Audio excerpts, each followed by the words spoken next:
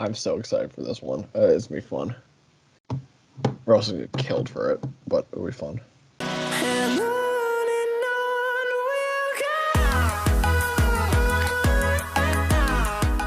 Welcome to our episode of Boom or Bust, the draft show. Max Chadwick alongside Nick Merriam and Donny Clemons going over Alabama offensive tackle Evan Neal, a scouting report on him after he declared for the draft. Right now, guys, third best odds to be the first overall pick at plus 275. Plus 275. Aiden Hutchinson and Kayvon Thibodeaux are tied, I believe, at like plus 105, plus 110 right now. Evan Neal was like plus 900 a week ago. Jaguars get the first pick. Now he's plus 275. So this is a guy who might really have a shot at this first overall pick. We're going to go over his strengths, his weaknesses, player comp, ranking on our board, team fits, and so much more. Before we start the video, please like and subscribe to the channel. Of course, be sure to follow our Twitter, Instagram, TikTok, at Boomer Bust Draft. We're on YouTube, anywhere you get your podcast. Check out the merch store below. And keep commenting on our videos. Please, again, like the video, subscribe to the channel. Please keep subscribing. Please keep commenting. We love interacting with you guys in the comment section. And just comment like what you think about Evan Neal, what videos you want us to do next, anything like that. We love interacting with you guys in that comment section. So let's go over Evan Neal. He is a junior, 6'7", 350 pounds, former 5-star recruit, number 7 overall, number 1 offensive tackle in the class of 2019 coming out of Florida. He started at left guard as a true freshman, right tackle as a true sophomore, and left tackle this season as a junior. And he was a second-team AP All-American this season. So, Donnie, what do you like, man, when you watch Evan Neal? I mean, the size and athleticism combo is off the charts with this guy. I know a couple years ago we had Mekhi Becton, and this is basically Mekhi Becton clone. I mean, he's ginormous, 6'7", 6'8", maybe about 360, maybe 370 pounds. We'll see what happens at the combine. This dude is massive, and when you watch him in open space, he just flies. Like, for a guy this big, you should not be moving as fast as Evan Neal is moving, which is just stupid. So it's that size, and also like with that size and athleticism, it's that ceiling. Like when you're that big and you can move that quick and you're that strong, you are going to have a high ceiling. And this guy's ceiling arguably might be the highest of any player in this draft. I think as the second highest behind Kayvon Thibodeaux, but he has an argument to be number 1 because of that size and athleticism combo. Good run blocker. I wouldn't say great run blocker, but a good run blocker at times. But it's the size and the athleticism when you're looking at this guy. Yeah, I mean, it's peak physical tools at the tackle position. And the difference between him and Mekhi Becton, I think, quite honestly, is that he played at Alabama and he's playing against top, pass rushers in the SEC. And we saw him deal with guys on the interior, on the outside. I think one underrated thing about him is the fact that he has played some guard. He's played right tackle and he played left tackle. There's a big thing about last offseason. He was a right tackle, and then he was moving to the left side, and that kind of gave him that versatility, and the fact that he worked there and played just as well is a big deal. But this is a guy that will blow up the combine, and he's going to get a lot of accolades for that. I think you're going to see people talking about him being, like we talked about earlier, potentially the number 1 pick because Jacksonville needs offensive line help. And this is a guy that just has this ceiling that is so high. And when he gets on a horse, he runs downfield in space. He's one of the best, in space as a blockers that you see at the tackle position. Similar thing with Mekhi Becton. I think he's pretty natural with his hand placement. One thing he does really well, and I talked about this in the last video, he shoots his hand so violently and quickly. When he actually lines a guy up and pops him and he gets a guy, first of all, his arms are long because he's massive. So you're just not getting outside of his arm grasp. He's got you. And second of all, the dude's huge. So he's shoving you backwards. He knocks guys over sometimes. So it's as far as the size goes, combined with the technique, he is up there as far as tackle prospects have gone from this type of player. This like massive tackle type of prospect we've seen. He's up there. Yeah, I mean, you guys mentioned it. He's probably the biggest freak athlete in this entire draft. He was number 1 on Bruce Feldman's freaks list. He's massive, the embodiment of the first guy off the bus. He's 6'7", 350. That's an inch taller and 35 pounds heavier than the average tackle. But that size, like you guys mentioned, does not slow him down at all. So according to Bruce Feldman in that article, box jumps 48 inches. Body fat was at 22% last year, which is basically on par with most offensive linemen that are 40 pounds lighter than him. Benches 475, squats 650, and he hit 18.5 miles an hour on the GPS when he was running. This guy is an absolute freak show. And that size, explosiveness, and power makes him impossible to knock backwards. If he hits you clean, it's over. He won that rep, and it's over. He can absolutely destroy guys. Nick, you mentioned the length that helps him swallow up guys. Fantastic run blocker, I think, in his zone scheme. That movement ability and power does damage there. He's probably the second best zone blocker, I think, in this draft, behind Ikem Ekwonu at the tackle position. And he played 3 different positions in 3 years. So we're going to get into the weaknesses a little bit. But I think this guy, when you talk about the weaknesses, you can make a legitimate excuse for them because he hasn't played 2+ years at one position. He played left guard, then right tackle, then left tackle. So this guy has had to learn a new position every single year, which you can make an excuse for why he hasn't been as dominant as we've seen other tackle prospects in the past. But Nick, what are the weaknesses that you see with Evan Neal? Well, I talk about the vertical movement, and we talked about this the last time we did the Evan Neal video back in July, which I'm going to bring up again the last video we did and when we do comps. But he's not as good moving laterally as he is vertically. And it doesn't matter as much when you have a really wide base and you're 360 pounds and it's harder to get around you because you're just that big. You can kind of get away with not being as good of a lateral mover. But Mekhi Becton, for my money, was a better lateral mover than Evan Neal is coming out. And it will present some issues if you get a guy who is fast enough, who can bend well enough that he can't shoot his arms and just knock the guy over. He might have some problems at the next level against some of these speedier NFL edge rushers. And I do think at times when he doesn't get his hands in the right spot, when he's not able to punch and get underneath guys' shoulder pads, he has trouble leveraging guys because he's so big. He's not the best, especially pass blocking, more with run blocking, because you can just drive guys at your shoulder. If you get on his shoulder, he's not as good at blocking and staying upright and adjusting when he's not in the best position as a pass blocker. He needs to kind of win that initial contact. And that's, something, again, that might come from not playing in one's position more often than not. If you're playing right tackle, there's a feel to adjusting when you've lost the initial contact that's different to when you're playing left tackle, but it's not there yet. And it's something that will have to come when he gets to the NFL.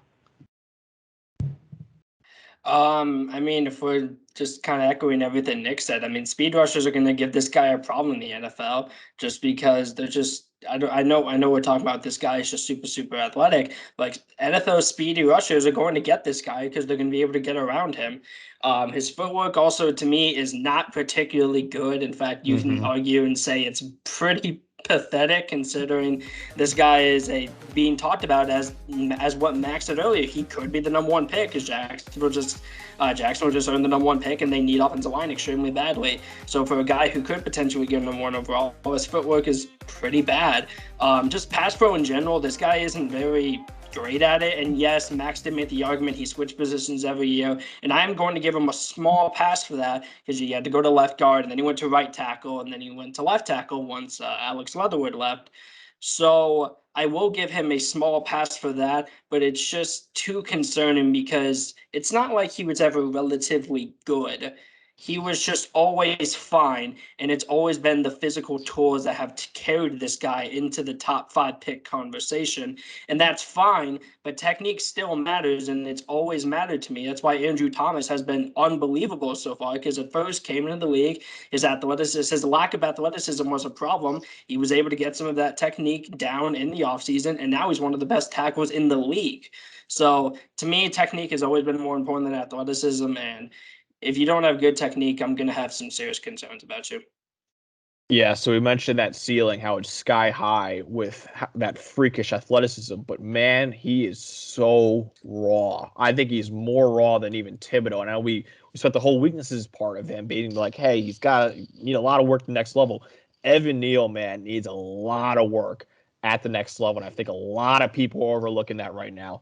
His balance, to me, is a freaking mess right now. Like, he plays out over his toes far too much. So often, players just sidestep him, and he falls flat on his face. And Nick, you mentioned this, I think, really well. not as quick laterally, man. I mean, he's more of a north-south guy, which is an issue in pass pro. Now, when you're getting him in the run game and going out in zone scheme, he looks great when he's getting downhill, hitting linebackers, looks great. But in pass pro, not as quick laterally, and his feet are all over the place because he's trying to recover from being late. Like, there are some reps on his tape that I've seen where he's straight up sprinting back to get to the defensive lineman. Instead of shuffling his feet to get there, he's literally running at him. And the defensive lineman, all he has to do is sidestep him, and Evan Neal falls over because of it. Hands are still, I think, a mess in pass pro. Gets them swatted away far too much. Really such an aggressive player overall. Like, when he gets a clean shot, like I said, it's over. He wins, and it looks incredible. But defenders can sidestep him constantly and get around him because of it. So you can't go through Evan Neal, but you can certainly right now go around him. And I think his awareness is still a work in progress. He blocks the wrong man on a number of plays. There's a number of plays I saw this year too, where he looks lost on some plays, too, doesn't know who to block, and then a tackle for loss happens. So this is the analogy that I was telling these guys I came up with before for Evan Neal. Evan Neal, to me, is like a bull at a rodeo with defenders being the clowns that are like holding the red cape. So if the bull hits that clown is dead. It is over. But so often that bull has his head down and just running through. And when that clown lifts up the red cape, it's over for the bull and he crashes into the wall. That's what I think Evan Neal plays a lot like, where he's going all out and he wants to kill you, but sometimes, he doesn't really play under control, and that can lead to a lot of bad plays for him, and he runs through nothing. So, Donnie, overall, what do you think about Evan Neal? What's the bottom line for him? What's the ranking for you? Player comp, team fit. What do you think about Evan Neal? So currently, and I know people are going to get mad, I think Evan Neal is right now the third best offensive lineman in this draft. And I know he possibly has the highest ceiling, but if you were to ask me right now, what offensive lineman I would draft ahead of him, I'm drafting Tyler Linderbaum ahead of him, and I'm drafting Akeem Ekwonu ahead of him, because these guys I can trust day one. If I'm drafting you first overall, unless even if you're an edge rusher, like, I'm expecting you to be at least very good day one. And I don't think Evan Neal is very good day one. I think at his best, he might be average day one, because when you're looking at this kind of player, I've said it before, you're looking at those tools, you're looking at those athletic traits. You're not looking at the technique. Like, his technique is pretty whack. His hand placement is bad. He'll get burnt by speed rushers, which, guess what? They're more common in the NFL than power rushers. So that's another issue. Overall, I think he's the third best offensive lineman in this draft. My number 8 overall player, my OT2 behind Akeem Ekwonu. But if I'm looking at all the offensive linemen, I think he's the third best offensive lineman in this draft. And the production speaks that way. And I love production, especially in the SEC. So I think team fits any team that needs an offensive lineman besides Jacksonville, because I don't think he is worth the first overall pick. Like, if I'm taking an offensive lineman first overall, I mean, I think Akeem Ekwonu would be a better pick. I'm not saying it would be the right pick, because I don't think any offensive lineman in this draft is worth the first overall pick. But if you draft Evan Neal first overall, you're making a mistake, because, yes, it could work out and he could be the best player in this draft. But I'm not willing to take that risk, especially when you're on a team that's pretty pathetically bad. Like, you managed to make Trevor Lawrence look like a bust. Like, that's pretty hard to do. So that's why I wouldn't take him number 1 overall. And I don't even know if I would take him in the top 5, because it's so concerning with his technique. And I know technique can be developed, but he has a long way to go until it can get fixed. Like I said, my number 8 overall player, my number 2 offensive tackle, my comp, I'm going to go with Mekhi Becton. I know that's just kind of, I wouldn't be shocked if either of these guys have it, but he's SEC Mekhi Becton, man. He's Mekhi Becton, but just playing in the SEC, freak athlete, gigantic, needs some development in his pass protection. And Mekhi Becton so far has improved it, and he's looked, when healthy, very, very good for the Jets. Mm-hmm. So that's what Evan Neal could be, and Mekhi Becton has hit his ceiling. And obviously, Evan Neal, just like Becton, has a long way to go until he's even a good tackle in the NFL.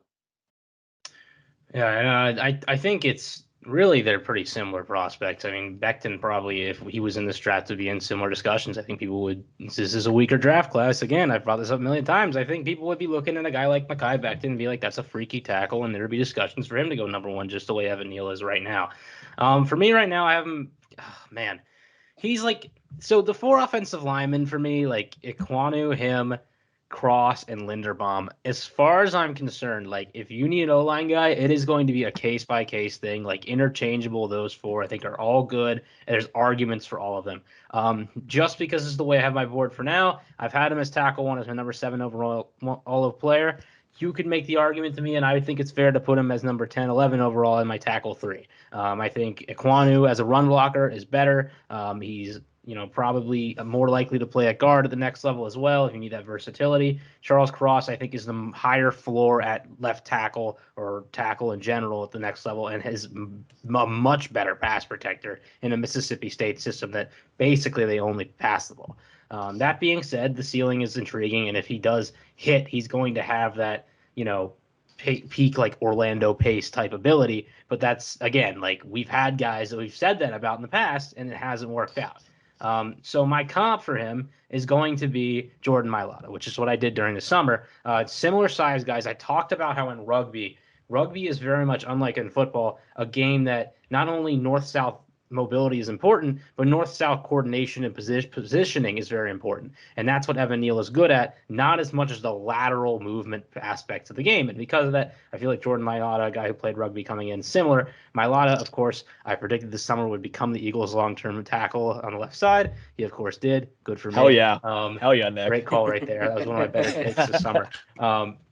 But, that is the type of tackle that you're looking for in Evan Neal. If he becomes a Jordan Mailata type, you not only have a massive tackle, but he's an elite athlete, and you can ask him to do basically anything in your offensive system. All right, Evan Neal, number 9 overall for me. OT1, number 2 O-lineman behind Tyler Linderbaum, who I think is probably the biggest slam dunk prospect in this draft. Like, if there's any prospect who busts, who would surprise me the most, and that'd be Tyler Linderbaum. So that's why I have him slightly above. Even though offensive tackle obviously is a more valuable position than center, I just think it's such a big, and I hate to say it, boom. He's the biggest boomer bust prospect. Roll credits, everybody. In this class. Literally roll credits. That's it. Size and athleticism make his ceiling ridiculously high. Like, I wouldn't be surprised. We've had some videos last year where we kind of missed a little bit on a player, and fans of the team that player's on come back to that video, they comment on our video, and they say, you guys are freaking idiots. I would not be surprised if this video comes back and bites us in the ass, because it sounds like we are way lower on Evan Neal right now, but I'm just saying, if this guy hits, he's going to freaking hit. He's going to be awesome. But there is a low floor there because he needs so much work. And I feel like a lot of people are putting him in that Penei Sewell tier, and he's not close, man. He's not close. Well, and it could be just because, again, of this draft, Yeah, and I think so too. Yeah, where I think, look, they're saying, oh, look, he's guaranteed to be a top 5 pick. Like, I personally would be shocked if he falls out of the top 5 at this point. I just really think that, look, his size and athleticism make his ceiling ridiculous high. He still could be one of the best tackles in the league for that, but he's still so far from reaching that level. I think his floor is still low because he really hasn't shown consistent dominant play yet. If you're expecting him to come in and dominate right away, that won't happen. He needs a couple years. And probably, I wouldn't hate starting him off at right tackle. I think his right tackle tape was better than what we saw this year at left tackle. Wouldn't hate starting him there. Like, I think if you're plugging and playing him at left tackle immediately, there could be a lot of warts, and that rookie year won't look great. And by the way, there was nothing wrong with drafting for a right tackle. I mean, look at Tampa. They drew arguably the best offensive lineman from that draft. Tristan Wirfs is their right tackle. And look at him now. In his second year, he's a freaking all-pro. Yeah, so he's probably the best right tackle in football right now. I don't think there's a problem with that at all. I do think you're expecting, him to be as good as Tristan Wirfs or Penei Sewell or Rashawn Slater as rookie. I don't think he'll be that. I think this could be a rough rookie year for Evan Neal, and then we'll see what he does afterwards. You need to get a good O-line coach with them. Again, though, there's a legit excuse for why he was so inconsistent, because he played 3 positions in as many years. The tape still is worrisome. I think he's being valued way too highly. Like I said, number 9 overall for me, OT1. I'd put him in that 2020 tier where we had that jumbled up class with Andrew Thomas, Tristan Wirfs, Jedrick Wills, Mekhi Becton. Those were like the 4, and everyone's like, oh, those 4 in any order. I think this class is a lot similar to that, where it's kind of like Charles Cross, Ikem Ekwonu, and Evan Neal, except nobody's admitting that. I feel like, Nick, you kind of are too with me, where I'm kind of like, you could order him however, man, and I get it. Player comp, Donnie. I'm not gonna get as mad for doing the same comp because I feel like this is the comp that it's just the comp. Like it's the comp. Yeah, I love my Lotta pick one too. Though that's great. Mekhi Becton, man. I'm the only one who's come up with that one. No one's come up with that. Yeah, nobody else. I did outside Mekhi Becton the box preseason. thinker. I did. By the way, preseason, real though, quick, by the way, I have done now. This is the 6th scouting report that we have recorded. 4 of those 6, we have had a similar comp, and you guys told me last year alone you had 2. Yeah, we gotta figure it was out. crazy. We gotta get better. we gotta, yeah. And listen, we don't tell anyone like our notes beforehand. Like we come in here, we record, and we get surprised by each other. We have like a pre video thing where we kind of have a standoff where we're like, what's your comp? And we're like, oh, he's, blah, blah, blah. We say something like really vague. And like, well, then my guy's this. And then we're like, oh, well, we probably don't have the same comp, but we don't ever tell each other. And then we just like see in the video if we have the same comp, which is why you see live reactions when it happens. But, it just happens to be that like last year we avoided it. And this year it's happening. Yeah. It just happens. I will say, look, Mekhi Becton, we mentioned 6'7", 365, a lot like Evan Neal, absolute freak athlete. I will say I was wrong about Mekhi Becton. Like, I really had some serious concerns about Mekhi Becton. Even when the Jets, I thought this guy might have been like a early second, late first round pick because of those pass protection concerns that I saw at Louisville. And he looked amazing as a rookie. So, like I said, this video could blow up in our faces and Evan Neal could just light it up as a rookie because Mekhi Becton did the same thing. But listen, I'm just not ready to spend a top 5 pick on Evan Neal, banking on him being as good as Mekhi Becton. And hopefully Mekhi Becton recovers because he has looked amazing for the Jets so far.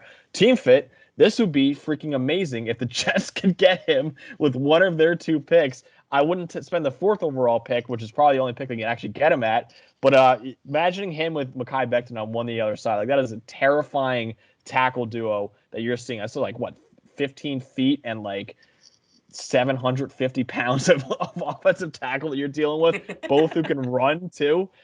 Giants, I think, really should be looking at him with the 7th overall pick. I would love that pick, but he won't be there. Falcons, Broncos, Panthers, like that's what I would do. This guy's probably gonna go 1st, 2nd, or 3rd right now. I'd be surprised if he falls out of the top 3 of the Texans, getting him with Laremy Tunsil. I think they really like Evan Neal right now. So that's what we got in Evan Neal. Listen, this is a video that we're probably against the grain way more than the consensus is, because right now he is the consensus number 3 overall prospect. Like I said, he's got the 3rd best odds to be the first pick. So obviously a lot of people love this guy, and I'm sure a lot of you watching right now do too. So let us know in the comments what you think about Evan Neal. How good is this guy? Where would you place him in that tackle tier? Are we wrong? Are we stupid? Are we idiots? We've been called that before. Don't be afraid to call us again. But let us know what you think about Evan Neal. Or do you agree with us? Do you think Evan Neal is being a little bit overrated? Look, we all still like him enough to have him as a top 10 prospect.